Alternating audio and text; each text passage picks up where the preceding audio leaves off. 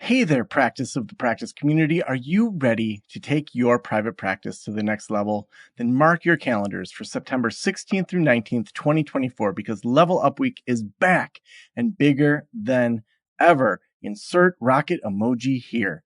Join us for 4 days of live webinars, interactive panels, and exclusive resources tailored just for counselors, therapists, and private practice owners. Whether you're looking to fill your caseload, hire your first clinician, or scale your group practice, we've got you covered. This is your chance to level up while others give up. Don't miss out on this game-changing event. Register now at practiceofthepractice.com/level up and get ready to transform your practice. Remember, September 16th through 19th, Level Up Week, your ticket to practice success. Register today and let's level up together. practiceofthepractice.com/level up.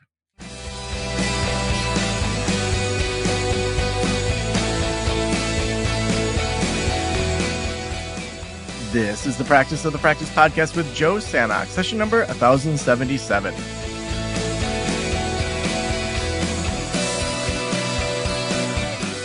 I'm Joe Sanok, your host, and welcome to the Practice of the Practice podcast. I hope you are doing amazing. Back in 2000, I went with my mom to Haiti, and she had already gone. She's a nurse practitioner, and she had helped to run a medical clinic. I went down there, and actually, maybe it was 99. I think I took a group down in 2000. So I think the first time was in 99. It doesn't matter. And I remember realizing that Haiti's, like 100 miles or so from Cuba, 100 miles or so from Key West, 200 miles from the U.S. And it was at the time, and I think still, the poorest nation in the Western Hemisphere. And we're in this village just in the middle of nowhere.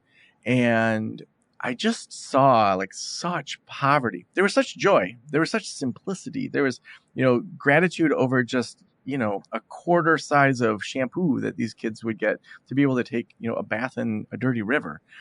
But it also felt so unnecessary.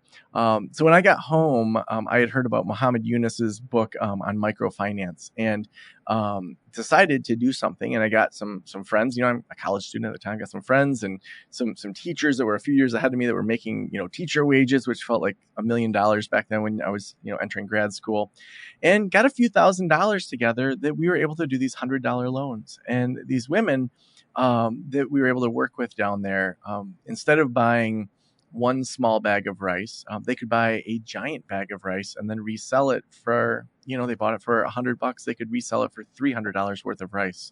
And it started to change that community. And for me as a young 20-something, it opened my eyes in a way through travel that, oftentimes we don't see in our 20s, where to see that level of poverty, to see that level of no access to really clean water systems or to any sort of working capital, or to see how a young 20-something that raised $2,000 could genuinely change 10 lives easily.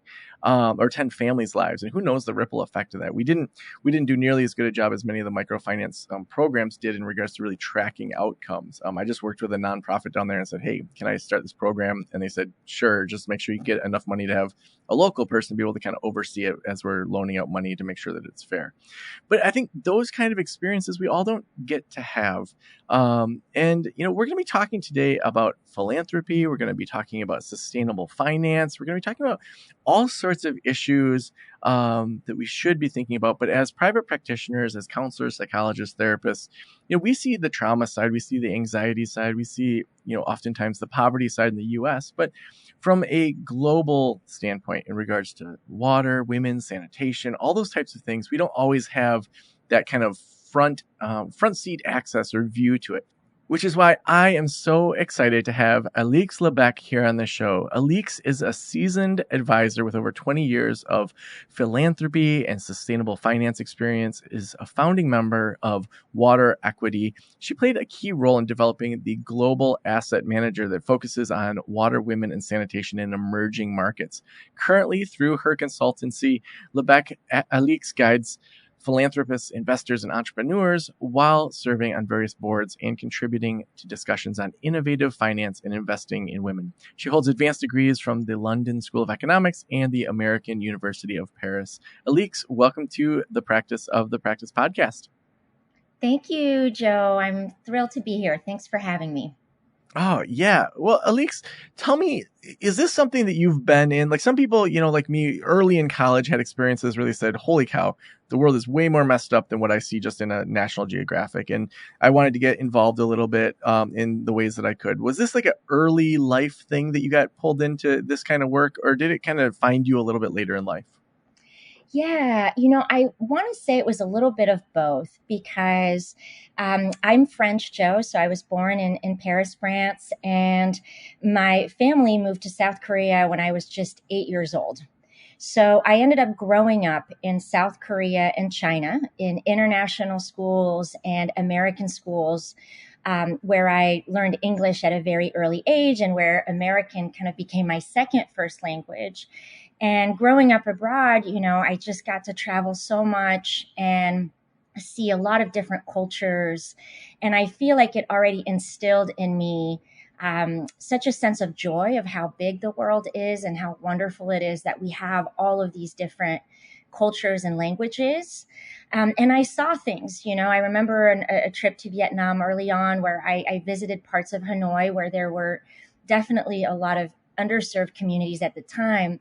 But I don't really feel like all of those pieces connected for me until I was further along in my adult journey, just starting off my career in Paris after graduating from business school, where I met a documentary film producer who was doing a piece on the conflict in Sudan.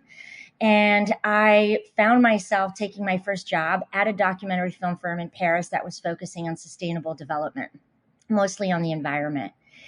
And it was really through those experiences as well and learning more about the history of, international aid and politics in the context of emerging economies that all of this started to come together for me because in addition to going to business school, Joe, I always knew that I was also creative and I just didn't know where to kind of connect those dots. And so right after working at this documentary film firm, I took a job at the World Bank in Paris that then sent me to Southeast Asia. And it's really on that journey that, again, all these pieces started to come together. And I thought, gosh, I want to find out what are the business and financial tools that can help communities have access to the opportunities that I've had to make decisions for my life, that have created a better future for me. And so it's where, like you, so again, a little bit later on, I just really became such a fan of things like microfinance, particularly when I was working in Southeast Asia and learning more about microfinance. And that's really where my journey grew from there. Now, were there moments early in that journey, like stories that stand out to you where you're like, okay, this is something that I need to dedicate part or all of my life to that just like impacted you where you're like, I will never forget that. And for me, I remember I mentioned the shampoo thing. I remember when I was in Haiti that first time and there wasn't really running water, but we'd go down to the river to kind of scrub up in the river, and we'd take our shampoo with us and wear our bathing suits. And I still remember there was probably 25 or 30 of these little kids who were like putting out their hands for some shampoo because they just didn't have access to that. And they knew this could be one of the times that they could really scrub up. And this one little kid, he kept coming back up. And I noticed that he kept taking shampoo back to his younger siblings that couldn't get inside of the crowd. And there was just something about this little 8-year-old having to do that for shampoo that just like broke my heart. Like, this is not okay that there's Mm-hmm. kids that are like, was there something like that hit you where you're like, okay, so something's shifted inside of me that I need to do more than just kind of what I'm doing currently. Oh, yeah. And I would say, Joe, there were many of those moments. So, I'll just say that as I was at the first one, just to dig into that one, when I was undertaking this job with the World Bank, I was based in Bangkok, working in Cambodia and Laos. It was a great opportunity, and I got to work with a lot of local communities as well as a lot of different project managers at the World Bank. And I remember being in this air conditioned Jeep on the way to go visit a community in rural Cambodia. And I remember, and I had just left a series of consultation meetings with a lot of government members, financial institutions, some civil society members, but really primarily financial institutions and government. And I just had a moment riding in this car on the way to this community. I was 26 years old, thinking, what am I doing? Why am I, as a privileged, young French woman having the opportunity to work here, why am I going to this community in Cambodia and telling these people how to live their lives? What has given me the credibility, to be able to make those decisions? And there's just something about this that feels so top down.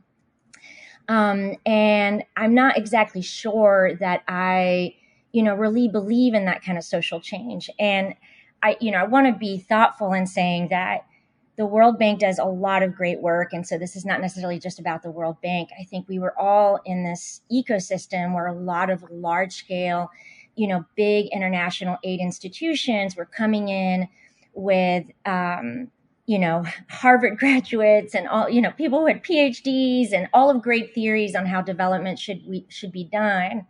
And I just felt like we were lacking the perspective of the very communities that we were supposed to help. And so I started to work on another project while I was there that was definitely outside the scope of work that I was brought to the region for.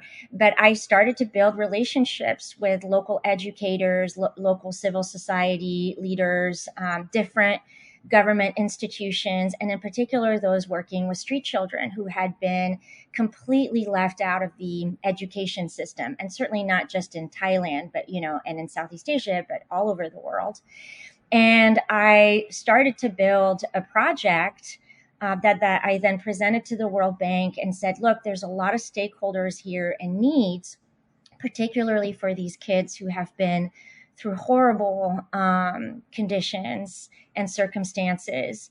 And we are not taking their needs into account when we're going to the Ministry of Education and proposing all of these educational programs. I think that's a gap, and it's not leveraging what the World Bank can bring to the region. And so we did a whole stakeholder engagement. It got this project off the ground. And, this, alongside learning about microfinance, was just a real trigger for me that I loved entrepreneurship. I loved thinking about the people who are not engaged enough in these discussions. It got me thinking about how to challenge the status quo in productive ways.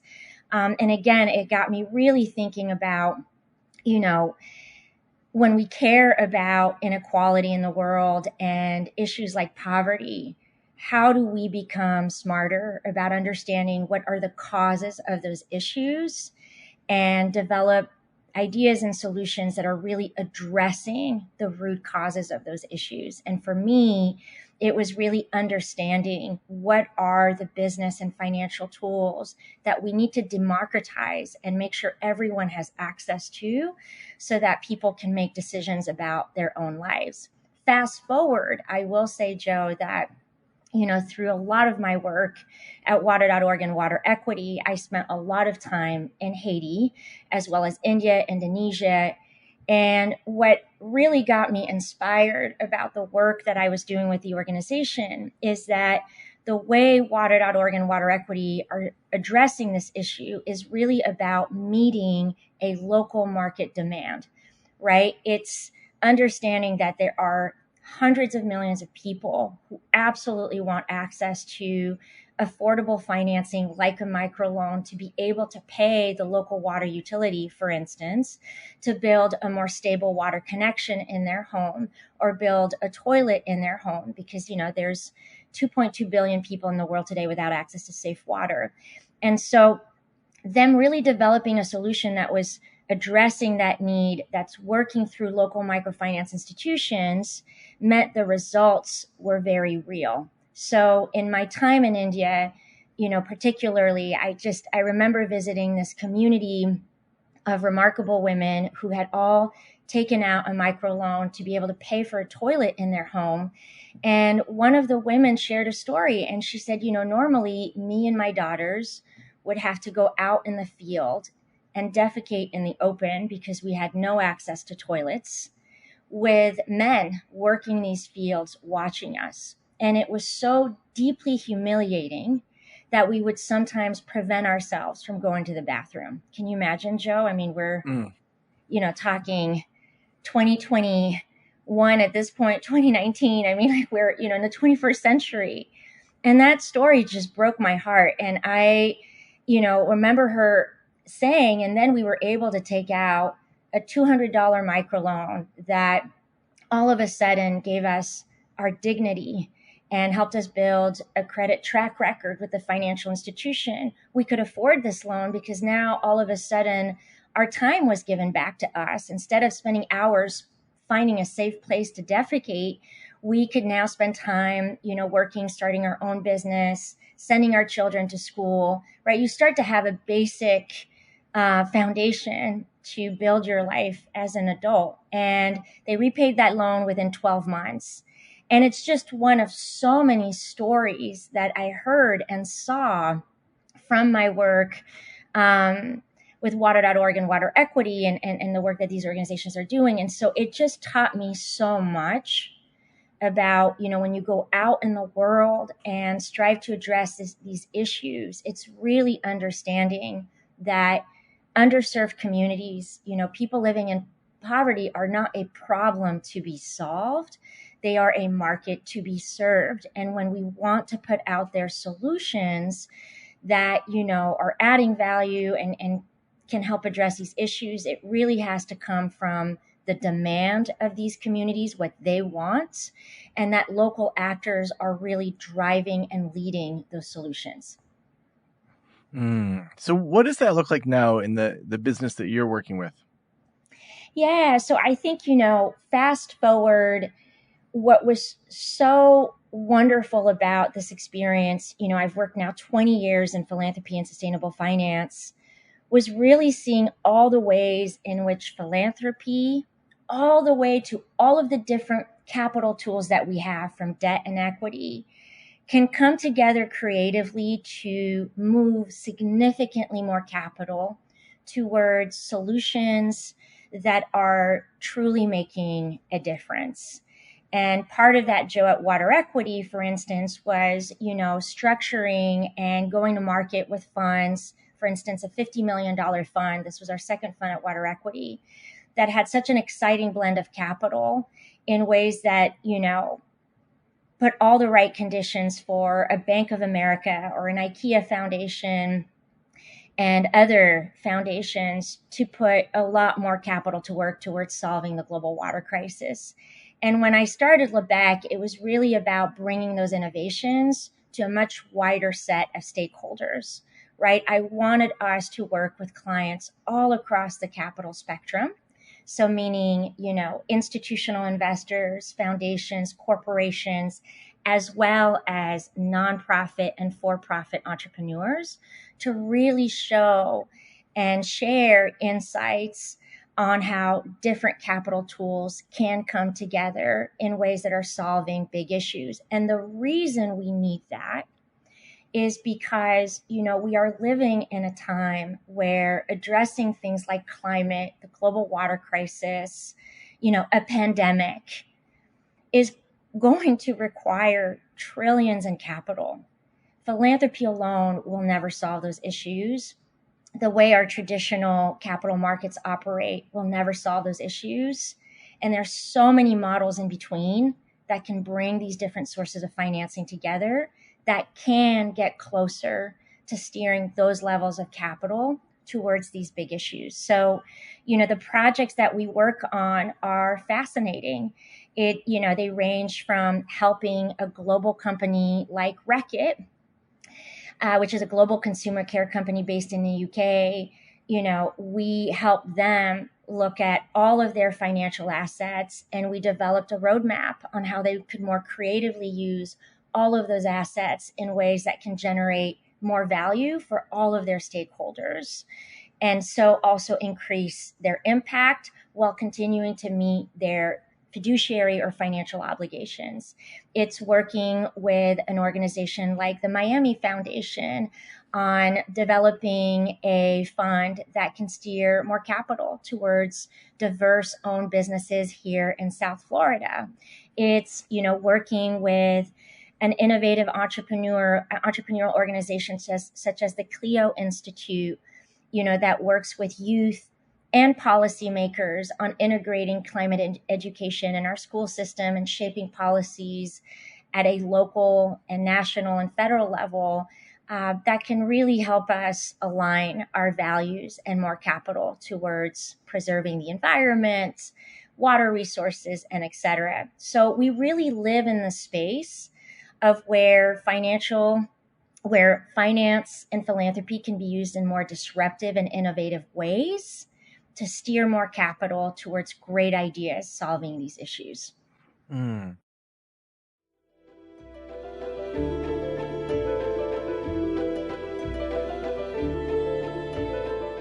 I am so excited about Alma. When I had my private practice, I struggled building my caseload, attracting the right clients, managing the business side. And honestly, one of the reasons I didn't take insurance was it was so difficult to navigate. So many of my consulting clients deal with these problems as well. And Alma supports clinicians in building rewarding private practices with simplified insurance credentialing in under 45 days, enhanced reimbursement rates, and guaranteed 2-week payback. Plus a free profile in their searchable, filterable directory, making it easy for clients who are the right fit for your practice to find you. Learn more about how Alma could support your private practice at helloalma.com/Joe. That's hello, ALMA.com/Joe to learn more. So for the average therapist that owns a practice to, they're smaller businesses, they may not be dealing with anything that has to do with private equity or things like that. How does this apply to them? Like what can they be thinking about? What opportunities are out there for them to help if they care about the world? How would we put it through that lens? Absolutely. Well, I'll start from saying that we believe that sustainability is not a department, or a side project, right? It really is the business model. And so what does that mean? I myself am a small business owner, right? And so this really trickles in how I think about every aspect of my business and how we show up in the world. And I think this is something we can all connect to. So the place that I always start from is, who are you hiring at your company and who is making the decisions at your company? Do you feel that leadership team, that talent base really reflects the audience or the customers or the patients that you're serving, right? Are you being, creative in creating job opportunities or a chance for more diverse leadership within your firm that, again, is more reflective of the viewpoints and talents that are out there? So who makes up your firm and what kind of culture that you have there is where everything starts. How you treat your people and how you treat your customers. And as you know, Joe, right, a business can't thrive without a great team. They're going to be your ambassadors out there in the world. And so already, if the premise of your business is, to provide a service to customers that's going to respond to a need or a demand, and you're doing so with a team and values and a culture that is reflective of the kind of world we want to live in, that's fantastic. That's where it starts. Secondly, I always say that the impacts of our businesses, whatever industry you're in, are tied to all of this. The intersectionality of environmental conservation and, access to affordable health and water and education, it is deeply, deeply all connected. So are there maybe, employees within your company who could really use support in something like financial literacy, right? Are there trainings that you can provide to your staff that's going to help them to think, more holistically about how they are saving their capital, how they are budgeting, retirement plans? There's a really great company out there, Joe, that we work with called Sensei that has embedded financial literacy education in small businesses and schools and financial institutions. It's a really dynamic learning platform. It leverages tech and AI. It's very inclusive. And it was really remarkable to hear from them how they've been serving small businesses and how it's helped business owners help their employees, think a little bit differently or more holistically again, or how they can be budgeting, saving, all of these things that are going to address the levels of economic inequality that we're seeing out there. You can also find out about businesses in your community that might be really focused on environmental conservation, or that are donating time to the local schools to make sure that kids in underserved communities have access to after school programs that are going to help them more succeed in school. So how are you connected to your community and thinking about all the ways that you can serve your community? So it doesn't always have to be as complex as developing, an investment fund that's bringing all these capital resources together. That, of course, is very exciting. But I always like to say that what we are talking about here, and when we are talking about sustainability, it just really starts first and foremost from you and how you are running your business and how you are creating an opportunity for talent. Mm. And what are things that maybe small business owners can be thinking about in regards to just running their business in a more equitable way? Like, are there just kind of low-hanging fruit that they could be thinking about? Yeah. Well, for one, when you speak to your, local colleges or high schools, or is there an internship program that, you can create that would really provide youth in any community, but also from underserved communities, have access to some real work opportunity by interning at your business? There's things that they're going to learn. Maybe they'll be inspired, by the entrepreneurial path themselves. So one, are there different pathways through which you can create opportunities for youth from underserved communities to participate in your business? When you're looking at the talent pool, and I feel like I got really lucky, Joe, at Lebec. And I just want to say this, when I started my business, talent was such a big box for me, and meaning I really wanted our business to have a culture and be a place where women, and I mean diverse women from across the financial industry, could be part of something that they believed in, and that was also aligned with their need for flexibility. We know that women bear so much of the brunt of care at home. And so how do I create a business that provides flexible hours and enables me to harness the best of the talent that they can contribute to this mission? So providing flexible hours is so great for working mothers, and creating a place where, when a woman is going to have a child, that they're not going to be penalized when they come back, right? That there's still a path, an upward trajectory for them to succeed in your business. But also, and this is not to be performative or to kind of tick boxes, but I think it's common sense that we would want our leadership to reflect different perspectives. Our society here in the US, actually, America has never been more diverse. But around the world, 85% of the world's population lives in emerging markets. I think it's so great when you have a talent pool that reflects different perspectives, different experiences, different cultures, because you'll get the best from a team that, looks at the world through different lenses versus a team that all looks the same. And so, having a diverse workforce is not just about just doing the right thing. It's also what's great for your business and will be reflective of the communities in which you operate. And so those are some initial guidelines, Joe. So awesome. My last question is always, if every private practitioner were listening to this show from the whole world, what would you want them to know? I would want them to know that social change, or creating a society that is more equitable and sustainable, is absolutely possible. We are not living in a time where there's a lack of ideas or a lack of innovation and solutions. There's not even a lack of capital. What we lack is urgency and agency. And so, while I do think there's a lot of negative headlines and we're bombarded with things that are not working. I would just really want to instill that there are a lot of great businesses, small to large, that are able to do remarkable things in ways that are creating the communities that I think all of us want to see.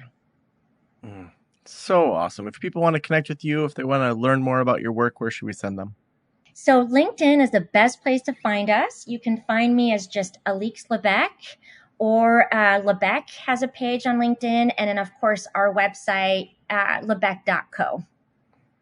So awesome. Alix, thank you so much for being on the Practice of the Practice podcast. Thank you for having me.